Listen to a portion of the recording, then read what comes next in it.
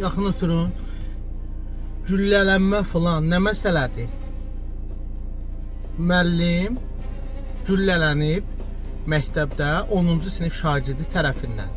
Sıxışdırır şagirdlər deyir falan. Kim sıxışdırılır? Oxumayan, özünü apara bilməyən nə edilməlidir? Gəl mənim yerimdə otur deməlidir.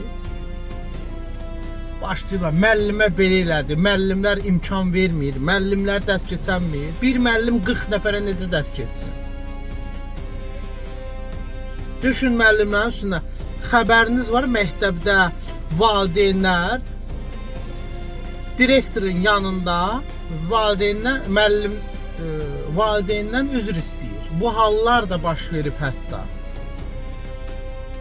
Yəni, cənab nazir bunları nəzərə almalıdır. Yəni hər bir şey oldu müəllim bir. Yaxşı, müəllim günahkardır. Uşaq harda günahkardır?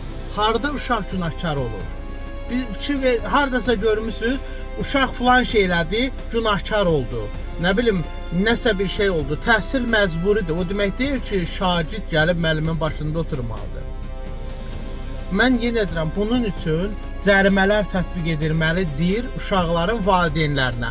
Vallahi billah sabah bir cərimə uşağın özünü aparmadığına görə bir valideyn 100 manat cərimələnsə, Allaha and içirəm, sabah o uşağın səsi çıxmayacaq. İkinci dəfə 200-300 manat. Böyle cəriməli gündə cərimələri artırın. Biz cərimə ilə düzəlirik, başqa cür mümkün deyil.